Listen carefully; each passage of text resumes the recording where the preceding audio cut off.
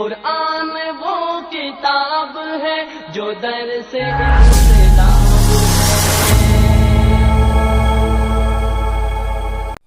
اِنَّا نَحْنُ نَزَّلْنَا الذِّكْرَ وَإِنَّا لَهُ لَحَافِظُونَ، بے شک ہم نے اس قرآن کو نازل فرمایا اور بے شک ہم ہی اس کے نگہبان ہیں۔ سورہ حجر آیت نمبر 9، اللہ تبارک و تعالیٰ نے یہ اپنا اعلان عام کر دیا کہ اس قرآن کی ذمہ داری ہماری ہے اور ہم اس کے نگہبان ہیں۔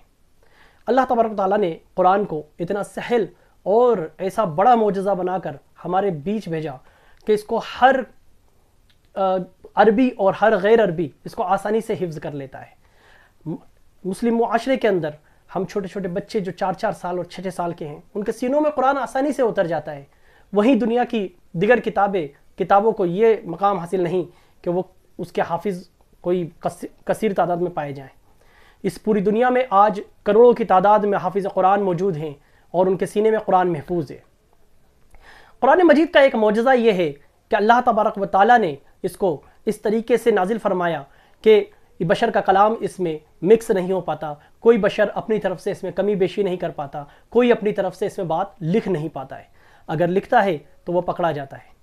جو لوگ اس کی کوشش کیے ہیں اور اس کوشش میں رہتے ہیں کہ ہم قرآن کے اندر کچھ تبدیلی لائیں، تو وہ ان کی کوشش ضرور فنا ہو جاتی ہے، پر قرآن ایز اٹ از ویسا ہی باقی ہے اور باقی رہے گا جیسا اللہ تبارک و تعالیٰ نے اپنے پیارے محبوب صلی اللہ تعالیٰ علیہ وسلم کے سینے پہ اس کو نازل فرمایا۔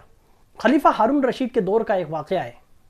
حضرت یحییٰ بن اقسام رحمۃ اللہ تعالیٰ علیہ یہ بیان فرماتے ہیں کہ مامون رشید کی جو خلیفہ ہارون رشید کے بھائی حضرت مامون رشید، ان کی محفل میں ایک یہودی آیا اور اس نے بڑی ہی ادبانہ انداز میں گفتگو فرمائی۔ حضرت مامون رشید نے اس کو اسلام کی دعوت دی اور اس نے انکار کیا اور ووٹ کے چلا گیا۔ لیکن جب 1 سال بعد وہ واپس حضرت مامون رشید کی محفل میں آیا تو اس نے بڑی ہی فصاحت اور بلاغت کے ساتھ گفتگو کی اور آپ نے پایا کہ وہ مسلمان ہو چکا ہے۔ حضرت مامون رشید نے اس سے معلوم کیا کہ تیرے ایمان لانے کا سبب کیا رہا، تو اس نے یہ واقعہ بیان فرمایا کہ 1 سال پہلے جب میں آپ کی محفل سے اٹھ کر گیا تو میں نے توریت کے کچھ نسخے لکھے، 2 یا 3 نسخے لکھے، اور پھر میں یہودیوں کے پاس گیا اور ان کو وہ نسخے دکھائے اور اس میں اپنے ہی طریقے پہ اس میں میں نے کمی اور بیشی کر دی تھی۔ انہوں نے وہ نسخے مجھ سے خرید لیے۔ اس کے بعد اس نے انجیل لی اور اس میں بھی اپنی طریقے سے کچھ کمی اور کچھ بیشی، یعنی اپنی طرف سے کچھ گھٹا دیا اور کچھ بڑھا دیا اور کچھ اپنی طریقے سے باتیں لکھ دیں۔ اور جب وہ لے کر عیسائیوں کے پاس گیا، پادریوں کے پاس گیا، تو انہوں نے اس نسخے کو بھی خرید لیا۔ پھر اس نے قرآن کو آزمانے کی کوشش کی اور اس نے قرآن کے اندر بھی یہی کام کیا کہ اپنی طرف سے کچھ چیزیں لکھ دی، کچھ گھٹا دی، کچھ بڑھا دی، اور پھر وہ مسلمانوں کے پاس پہنچا اور انہیں وہ نسخے بیچنے کی کوشش کی۔ وہ شخص فرماتا ہے، وہ یہودی فرماتا ہے کہ جب میں نے اس کو بیچنے کی کوشش کی تو انہوں نے قرآن کو بڑی غور سے پڑھا اور میری طرف سے جو کمی بیشی کی گئی تھی اس کو بہت ہی آسانی سے پکڑ لیا اور اس کو خریدنے سے انکار کر دیا۔ جب میں نے یہ دیکھا کہ یہ کتاب اس طریقے سے محافظ ہے کہ اس کی ایسی حفاظت ہے، اللہ تبارک تعالیٰ نے اس کی حفاظت کا ایسا ذمہ لیا کہ اس میں کوئی کچھ تبدیلی نہیں ہو سکتی، کچھ اپنی طرف سے ایڈ نہیں کیا جا سکتا، تو میں سمجھ گیا کہ یہ اللہ کی طرف سے بھیجا ہوا کلام ہو سکتا ہے، کسی انسان کا لکھا ہوا کلام نہیں ہو سکتا، اور وہ اسی وقت ایمان لے کر آ گیا۔ میرے دوستوں، حکایت کی یہ بات بتانے کا میرا خاص مقصد یہ ہے کہ سمیر جیسے کئی لوگ آئیں گے اور آتے رہے ہیں، انہوں نے اپنی طرف سے قرآن میں کچھ کمی بیشی بھی کرنے کی کوشش کی، انہوں نے مسلمانوں کے دل آزاری کے لیے قرآن کو جلانے کی بھی کوشش کی، انہوں نے مسلمانوں کے دل آزاری کے لیے قرآن کو بہانے کی بھی کوشش کی، لیکن قرآن جیسا 1400 سال پہلے تھا ویسا ہی آج ہے اور قیامت تک وہی رہے گا۔ ایسے کئی لوگ آتے رہیں گے اور جاتے رہیں گے، لیکن قرآن پر کوئی اثر انداز نہیں لا پائیں گے۔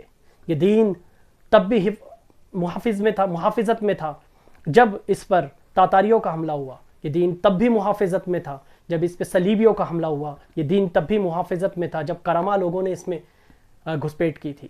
کرامہ لوگوں نے تو صدیوں تک اس میں فیر بدل کرنے کی کوشش کی، لیکن وہ عاجز آ گئے، لیکن اس میں فیر بدل نہیں کر پائے۔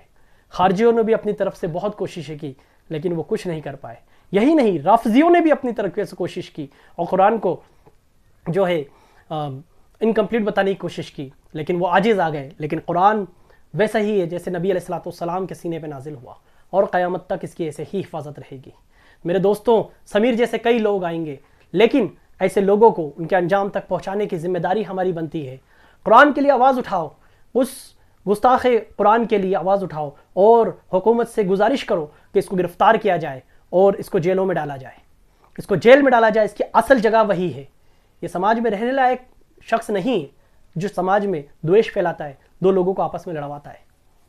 میرے عزیزوں، اس کے لیے آواز اٹھاتے رہو، اور آپ سب سے گزارش ہے، مؤدبانہ گزارش ہے کہ میرے اس پیغام کو ہر شخص تک پہنچانے کی کوشش کریں، اور قرآن کے سچے فرمان، قرآن جو کہ اللہ کا سچا کلام ہے، اس کا جو سچا میسج ہے، اس میسج کو لوگوں تک پہنچائیں۔